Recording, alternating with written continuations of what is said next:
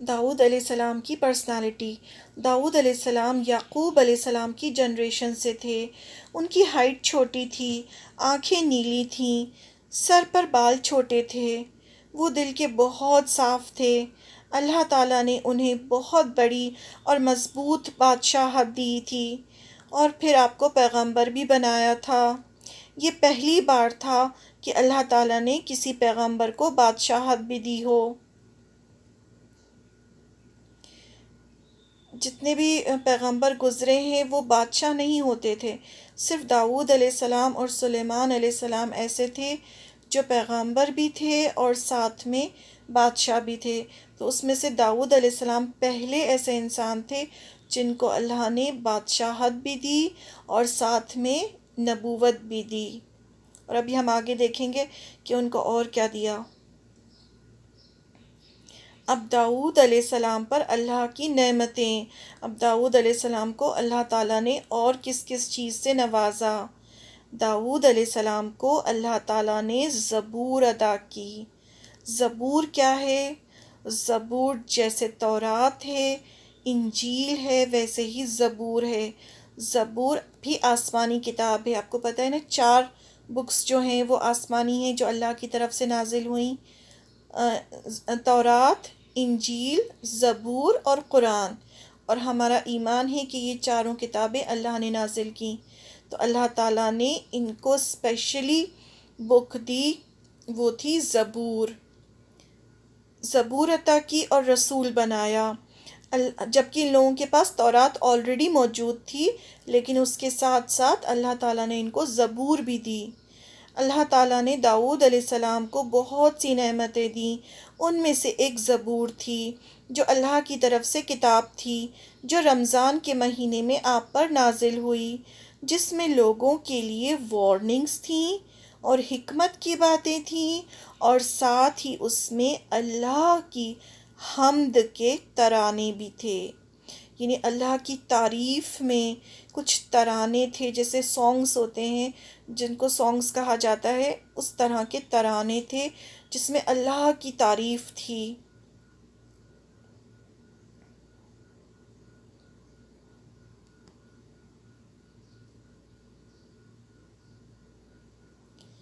پہاڑوں اور پرندوں کا ساتھ میں تسبیح کرنا، اب یہ ان کا ایک بہت بڑا معجزہ تھا۔ داؤد علیہ السلام کو اللہ نے خوبصورت آواز دی تھی۔ جب آپ زبور پڑھتے تو اتنی خوبصورتی سے پڑھتے کہ آپ کے ساتھ ساتھ پہاڑ اور پرندے بھی صبح شام تسبیح کرنے لگتے۔ اس کا ذکر خود اللہ تعالیٰ نے قرآن میں کیا، اور ہمارا اس پر ایمان ہے۔ پرندے آپ کی آواز سن کر رک جاتے اور سر جھکا کر آپ کے پاس آ جاتے اور آپ کے ساتھ پڑھنے لگتے۔ آپ کو اللہ نے اتنی خوبصورت آواز دی تھی جو آپ سے پہلے کسی کو بھی نہیں دی تھی۔ اللہ نے آپ کی آواز کو ایک معجزہ بنا دیا تھا۔ اتنی خوبصورتی سے وہ پڑھتے تھے زبور کہ ان کے ساتھ پرندے بھی پڑھنے لگتے تھے اور پہاڑ بھی ان کے ساتھ پڑھنے لگتے تھے۔ تو یہ بہت بڑا معجزہ تھا جو اللہ تعالیٰ نے داؤد علیہ السلام کو دیا تھا۔ اس طرح سے پرندے بھی پڑھتے تھے ان کے ساتھ اور پہاڑ بھی ان کے ساتھ پڑھتے تھے۔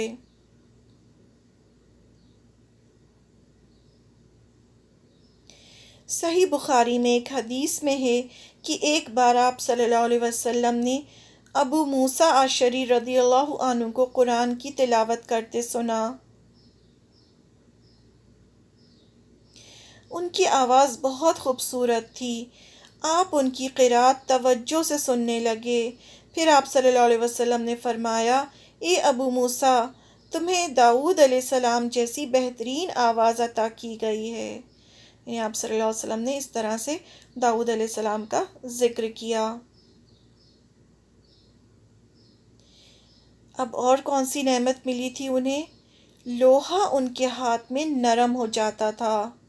اللہ تعالیٰ نے داؤد علیہ السلام کو بہت بڑی بادشاہت دی تھی، اس کے باوجود وہ خود محنت کر کے کماتے تھے اور اپنے پیسوں سے اپنے گھر والوں کو پالتے تھے۔ آپ صلی اللہ علیہ وسلم نے فرمایا، سب سے اچھا کھانا جو انسان کھاتا ہے وہ ہوتا ہے جو وہ خود کما کر کھاتا ہے، اور اللہ کے پیغمبر داؤد علیہ السلام اپنی محنت کی کمائی سے کھاتے تھے۔ یہ آپ صلی اللہ علیہ وسلم نے فرمایا۔ اللہ نے لوہے کو ان کے لیے نرم کر دیا تھا۔ اب یہ اور معجزہ تھا ان کا کہ لوہا جو تھا وہ ان کے ہاتھ میں آ کے ایسا ہو جاتا تھا جیسے مٹی ہوتی ہے۔ اللہ نے آپ کے لیے لوہے کو ایسے نرم فرما دیا تھا کہ آپ لوہے سے اس طرح چیزیں بنا لیتے تھے جس طرح لوگ گارے اور مٹی سے بنا لیتے ہیں۔ آپ لوہے سے زرہیں بناتے تھے، زرہ ہوتی ہے نا آرمر، وہ بناتے تھے جنہیں جنگ کے دوران دشمن کے وار سے بچنے کے لیے پہنا جاتا ہے، اور انہیں بیچ کر روزی کماتے تھے۔ نوح علیہ السلام سے پہلے بھی زرہیں ہوتی تھیں، لیکن وہ تختیوں کی شکل میں ہوتی تھیں۔ انہیں سینے اور کمر کی طرف لٹکا دیا جاتا تھا، لیکن ان کا بوجھ بہت زیادہ ہوتا تھا۔ آپ نے لوہے کی کڑیاں اور دائرے بنائے، یعنی سرکلز بنا کر ان کو خاص انداز میں جوڑ جوڑ کر زرہیں تیار کیں۔ تو یہ ایک بہت بڑا معجزہ تھا جو آپ کو دیا گیا تھا، میریکل۔ یہ بادشاہ ہونے کے ساتھ ساتھ آپ کام کر کے اپنے گھر والوں کو اپنی محنت کے پیسوں سے کھلاتے تھے، جبکہ آپ ایک بہت بڑے بادشاہ تھے۔ اللہ تعالیٰ نے انہیں زرہ بنانے کا پورا علم دیا تھا۔ لوہا ان کے ہاتھ میں اتنا نرم ہو جاتا تھا کہ ان کو ہتھوڑے اور آگ کی بھی ضرورت نہیں پڑتی تھی۔ اللہ تعالیٰ نے یہ تک سکھایا کہ زرہ کی کڑیوں کے بیچ بیچ میں کتنی جگہ رکھنا ہے جس سے وہ پہننے میں بھاری نہ لگیں اور لڑائی کے دوران بچاؤ ہو سکے۔ یہ زرہ بنانا بھی اللہ تعالیٰ نے ان کو وحی کے ذریعے بتایا تھا۔ اللہ تعالیٰ فرماتے ہیں کہ داؤد علیہ السلام کو ہم نے حکم دیا کہ زرہیں لوگوں کے لیے نہایت موزوں ہونی چاہیے۔ ان کی کڑیوں کو بڑے مناسب انداز میں جوڑنا، نہ اس قدر موٹی ہوں کہ ان کا وزن بڑھ جائے اور نہ اس قدر پتلی کہ جلد کٹ جائیں اور اپنا مقصد پورا نہ کر سکیں۔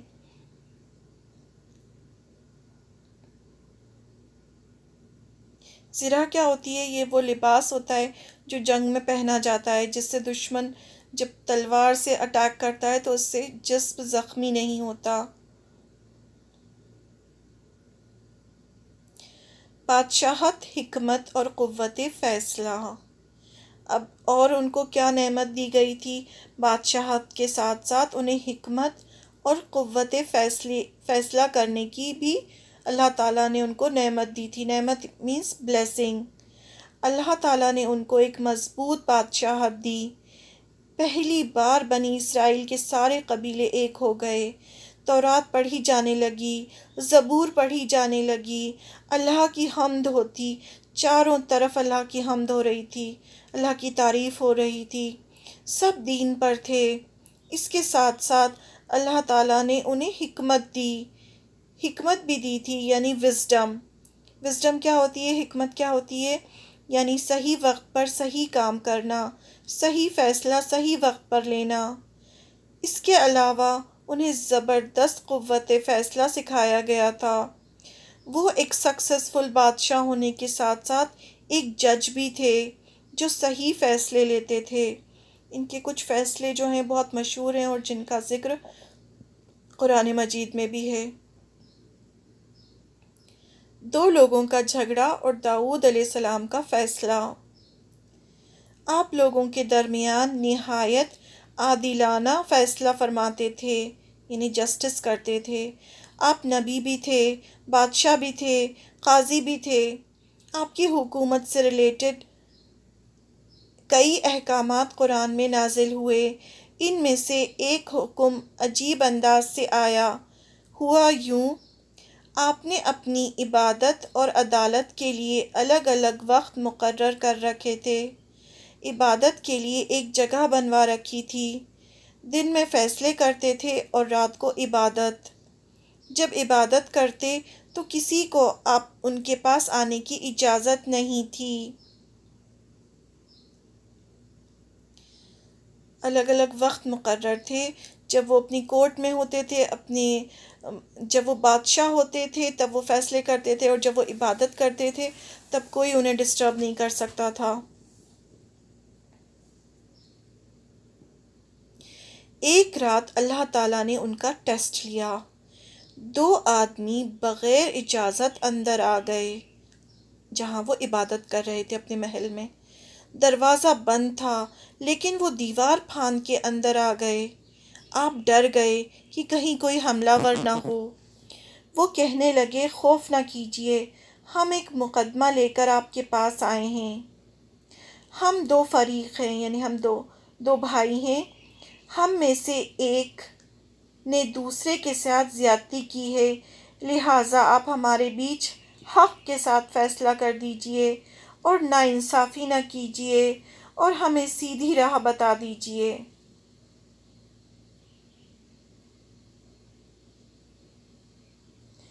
داؤد علیہ السلام نے فرمایا، بتاؤ تمہارا کیا مسئلہ ہے؟ ان میں سے ایک نے کہا، یہ میرا بھائی ہے، اس کے پاس 99 دمبیاں ہیں، یعنی شیپس ہیں، اور میرے پاس بس ایک ہی دمبی ہے، یعنی میرے پاس صرف ایک شیپ ہے، لیکن یہ مجھ سے کہہ رہا ہے کہ اپنی یہ بھی مجھے دے دو۔ جو ایک شیپ میرے پاس ہے وہ کہہ رہا ہے یہ بھی مجھے دے دو، اور مجھ پر بڑی سختی برتتا ہے۔ اس آیت کی تفسیر میں ہے کہ ایک دمبی والے بھائی نے کہا، یہ میرا بھائی بہت چالاک ہے، برے طریقے سے بات کرتا ہے، کہتا ہے کہ میری دمبیاں چرنے جاتی ہیں تو اس اپنی ایک دمبی کو بھی میرے ساتھ ان کے ساتھ بھیج دیا کرو۔ یعنی اس نے کہا کہ میری جہاں اتنی ساری 99 دمبیاں چرنے جاتی ہیں تو تمہاری تو صرف ایک ہے، تو اپنی والی کو بھی انہی کے ساتھ بھیج دو۔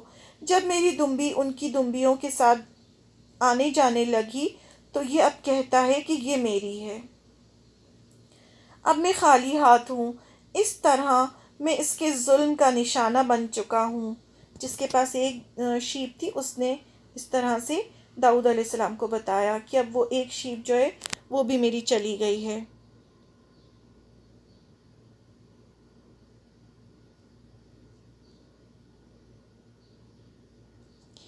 داؤد علیہ السلام نے یہ سنا تو فوراً فیصلہ سنا دیا کہ تیرے بھائی کا اپنی دمبیوں کے ساتھ تیری ایک دمبی ملا لینے کا سوال واقعی تیرے اوپر ایک ظلم ہے، اور اکثر جو حصے دار اور شریک ہوتے ہیں وہ ایک دوسرے پر ظلم کرتے ہیں، سوائے ان لوگوں کے جو ایمان لائے اور جنہوں نے نیک عمل کیے، اور ایسے لوگ بہت ہی کم ہیں۔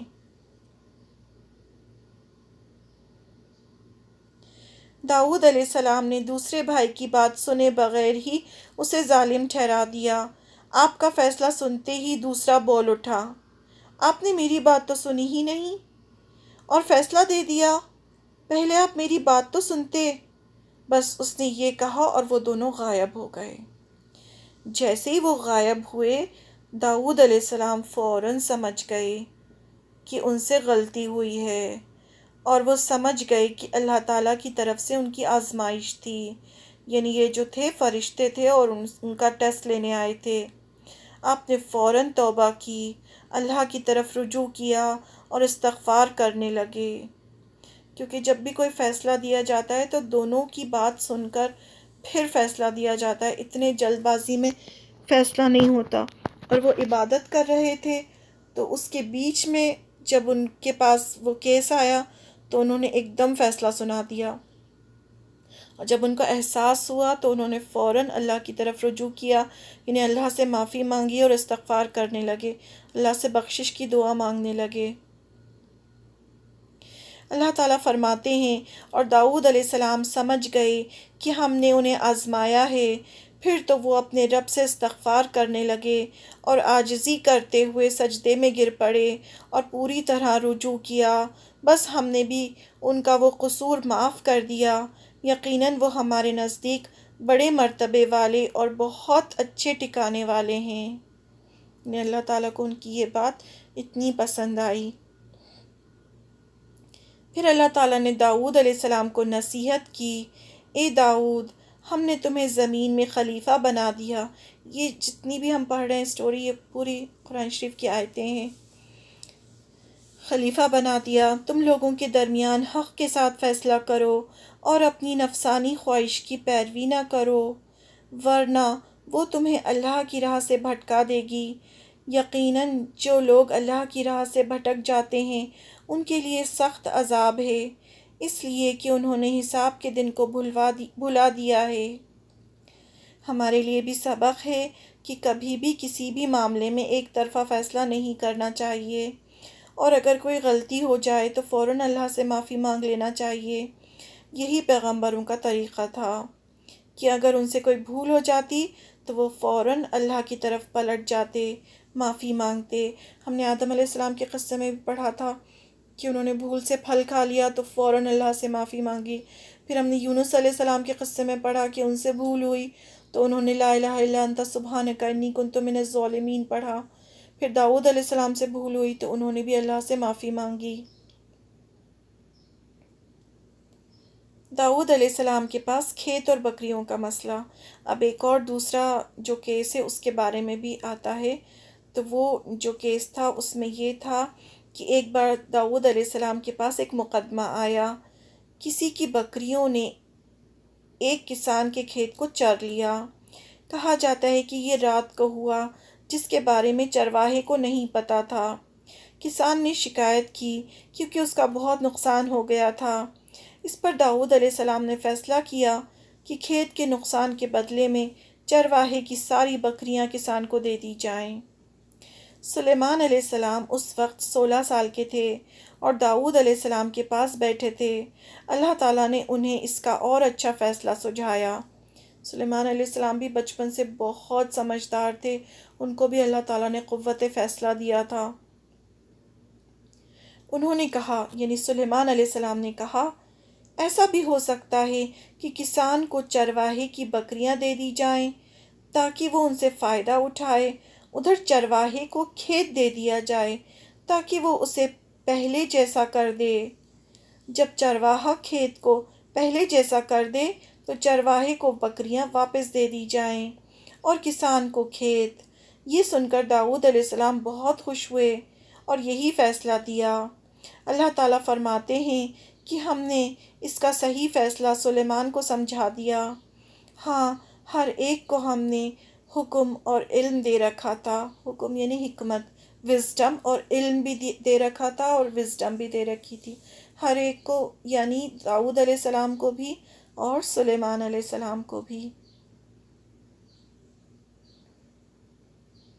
یہ کھیت ہے اور یہ بکریاں ہیں جنہوں نے پورا کھیت کا نقصان کیا تھا۔ داؤد علیہ السلام کی عبادت کا طریقہ، اب یہ بہت مشہور ہے، یہ ہمیں حدیث سے پتہ چلتا ہے کہ داؤد علیہ السلام بہت زیادہ عبادت گزار تھے۔ آپ کثرت سے روزے رکھتے تھے، نفل روزے، اور خوب عبادت کرتے تھے۔ آپ اس وقت تمام انسانوں سے بڑھ کر اللہ کی عبادت کرنے والے تھے۔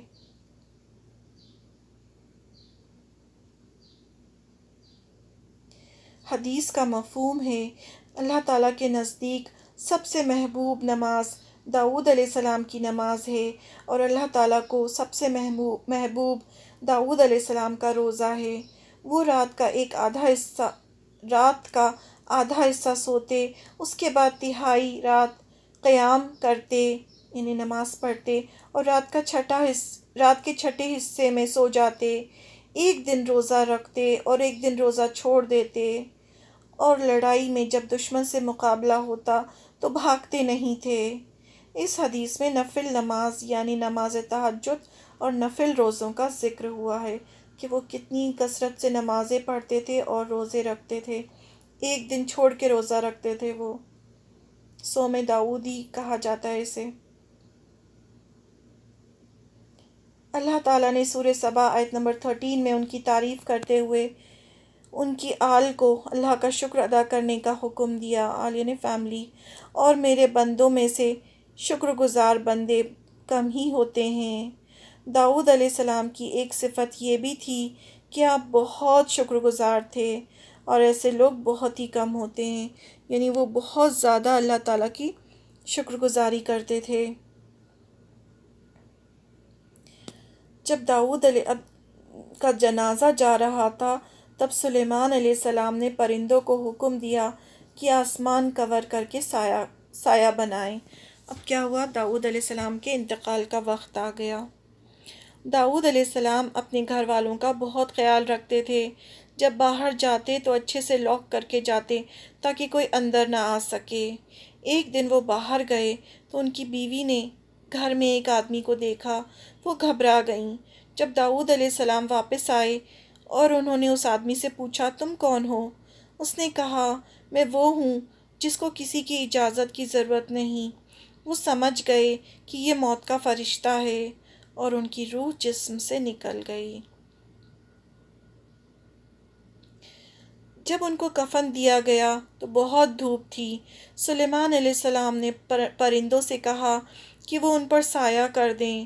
سب نے ان پر سایہ کیا، اتنا سایہ ہوا کہ اندھیرا چھا گیا۔ سلیمان علیہ السلام نے انہیں تھوڑا پر سکوڑنے کے لیے کہا۔ سلیمان علیہ السلام کے کنٹرول میں اللہ تعالیٰ نے جنوں کو، پرندوں کو، سب کو کنٹرول، ہواؤں کو کنٹرول میں دے رکھا تھا۔ وہ بات کر سکتے تھے جانوروں سے، پرندوں سے بات کر سکتے تھے، انہیں چیٹی کی آواز سنائی دیتی تھی۔ تو انہوں نے پرندوں کو حکم دیا کہ سایہ کریں، تو اتنا زیادہ سایہ ہو گیا کہ کچھ نظر نہیں آ رہا تھا۔ تو انہوں نے کہا تھوڑا پر سکوڑیں، یعنی اتنا سایہ کرنے کی بھی ضرورت نہیں ہے۔ حضرت ابو ہریرہ رضی اللہ عنہ کہتے ہیں کہ آپ صلی اللہ علیہ وسلم نے اپنے ہاتھ سے کر کر دکھایا کہ پرندوں نے کیسے پر سکوڑے۔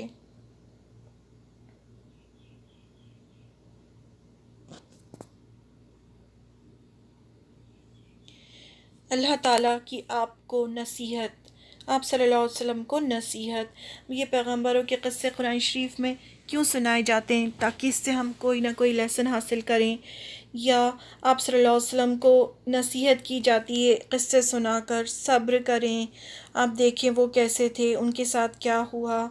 تو یہ سب چیزیں، اور پھر جب قرآن سنایا جا رہا تھا تو عرب میں پہلے سے یہودی اور کرسچنز بھی موجود تھے، اور یہ سب سٹوریز جو تھیں وہ ان کی کتابوں میں آلریڈی موجود تھیں۔ تو قرآن میں وہی چیزیں بتائی گئیں، اور پھر بتایا گیا کہ دیکھو یہ جس اللہ نے تورات نازل کی ہے، جس اللہ نے انجیل نازل کی ہے، اسی اللہ نے یہ قرآن نازل کیا ہے۔ نہیں تو آپ صلی اللہ علیہ وسلم کیسے یہ سب سٹوریز بتا رہے ہیں، کیسے داؤد علیہ السلام کے بارے میں بتا رہے ہیں؟ یہ سب تو تورات میں لکھا تھا، تو ان کے بارے میں، اور یہ سب جو چیزیں انجیل جو تھی ان کے پاس، تو یہ سب کیسے قرآن میں یہ سب چیزیں بتائی جا رہی ہیں؟ تو قرآن فرقان بھی ہے نا، فرق کرنے والی ہے۔ تو اس میں تورات اور انجیل میں انہوں نے بہت سارے ایڈیشنز کر دیے تھے، تو جو چیزیں صحیح تھیں وہ پھر قرآن میں بتائی گئیں کہ یہ صحیح سٹوری تھی۔ اور پھر اس کا مقصد یہ بھی تھا کہ سب کو یقین ہو جائے کہ آپ صلی اللہ علیہ وسلم اللہ کے پیغمبر ہیں جو آپ یہ سب سنا رہے ہیں۔ یہ پورا قصہ قرآن میں سنا کر اللہ تعالیٰ نے آپ صلی اللہ علیہ وسلم سے لوگوں کی دی ہوئی تکلیفوں اور باتوں پر صبر کرنے کے لیے کہا، اور اللہ کی طرف رجوع کرنے کی نصیحت کی۔ اب یہ بھی آیت آتی ہے، اس لیے ہم نے اس کو بھی انکلوڈ کیا ہے۔ داؤد علیہ السلام نے لعنت کی۔ اب بعد میں کیا ہوگا؟ سلیمان علیہ السلام تک تو سب ٹھیک رہے گا، سلیمان علیہ السلام کے بعد یہ پھر بھٹکنا شروع ہو جائیں گے، پھر ان کے الگ الگ گروپس بن جائیں گے۔ تو اس میں سے ایک گروپ ہوگا جو بہت ہی زیادہ کفر کرنے والا ہوگا۔ تو بنی اسرائیل کا گروہ کافر ہو گیا تھا، اللہ کی نافرمانی کرتا تھا، نبیوں کو قتل کر دیتا تھا، کیونکہ وہ انہیں غلط کام کرنے سے روکتے تھے۔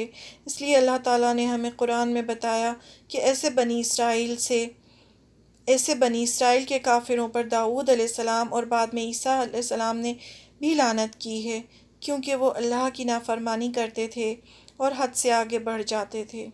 تو یہ آیت بھی ملتی ہے جہاں پر داؤد علیہ السلام نے ایسے بنی اسرائیل کے لیے لعنت فرمائی ہے، اور پھر بعد میں عیسیٰ علیہ السلام کی بھی ملتی ہے کہ عیسیٰ علیہ السلام نے بھی بنی اسرائیل کے لیے لعنت کی، کیونکہ وہ حد سے بڑھ گئے تھے، جو بھی ان کو غلط کام کرنے سے روکتا تھا اسے ہی قتل کر دیتے تھے، اور انہوں نے بہت سارے اپنے نبیوں کو قتل کیا۔